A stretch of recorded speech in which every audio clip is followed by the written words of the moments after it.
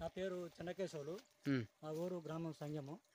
నేను ఈసారి ఆనకాలం పంట సర్కారు అనే సీడ్ పెట్టాము. సేబ్జిన్ కంపెనీ సర్కార్. ఎక్కడ తీసుకొచ్చారు విత్తనాలు? పెట్టాము. ఎక్కడ తీసుకొచ్చారు విత్తనాలు? ఇక్కడ వంగపల్లి శ్రీనివాస్ అని వైష్ణవి ఫర్టిలైజర్స్ సంగం తెచ్చాము. ఇప్పుడు ఈసారి మాత్రం బాగానే ఉంది సీడు.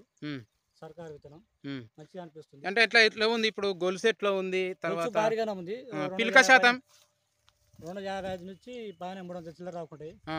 విత్తనం సీడ్ బాగానే ఉంది. బాగుంది. సో కొంచెం మనకు అంటే కొంచెం ఏదైనా రోగాలను తట్టుకునేదా? రోగాలు తట్టుకుంటుంది, అంత బాగానే ఉంది. అంటే ఇప్పుడు ఈ వెదర్ కండిషన్లో బాగా మచ్చలు ఎక్కువ వచ్చినాయి అని చెప్పేసి వేరే రకాలకు, అంటే ఒక రకం అని కాదు, అన్ని రకాలకు బాగా మచ్చలు వచ్చిన అవకాశాలు ఎక్కువ ఉన్నాయి. దీనికి ఎలా అనిపించింది? కొద్దిగా లైట్ గా ఉంది మచ్చలు, ఎక్కువ అయితే లేదు. అంటే ఇది మచ్చలు ఉన్నా కానీ మళ్ళీ చివరికి పోసుకునేసరికి ఎట్లుంది? ఇది పోసుకునేసరికి ఎర్రగానే ఉంది గొలుసు. గొలుసు అయితే మంచిగా వస్తుంది కదా. ఇది చివరి వరకు పాలు పోసుకుంటుందా? నిండా లాస్ట్ కంకి వరకు పాలు పోసుకుంటుంది. బాగుందా? సో ఇట్లా అంటే మీరు ఈ 250 గింజలు ఇట్లా ఉన్నాయి కదా, 250 నుంచి 300 గింజలు ఉన్నాయి అని అంటున్నారు. పిల్క శాతం ఒక 30 పిల్కలు 25 పిల్కలు అట్లా ఉన్నది కదా. 20, 25, 30 పిల్కల వరకు ఉంది.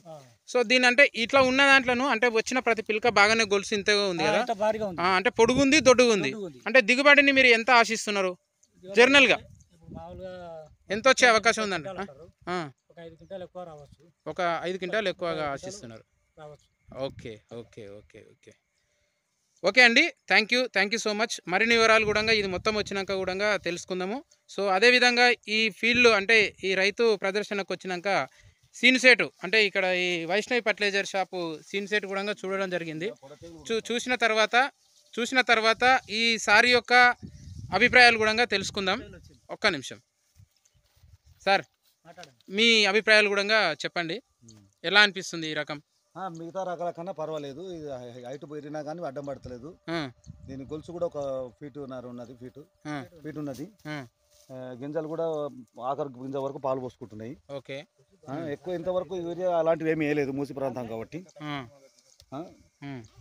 యాక్చువల్గా ఇది ఏంటంటే అండి, పోటాక్ ఎక్కువ ఉంది. ఈ పోటాక్ ప్రత్యేకత ఏంటంటే మొక్కకు కావాల్సింది, మొక్కకు ఆహారం తయారు కావాలని అంటే పోటాక్ దూషించే కాబట్టి సూర్యరశ్మి నుంచి ఆహారం తయారు చేసుకోవడం.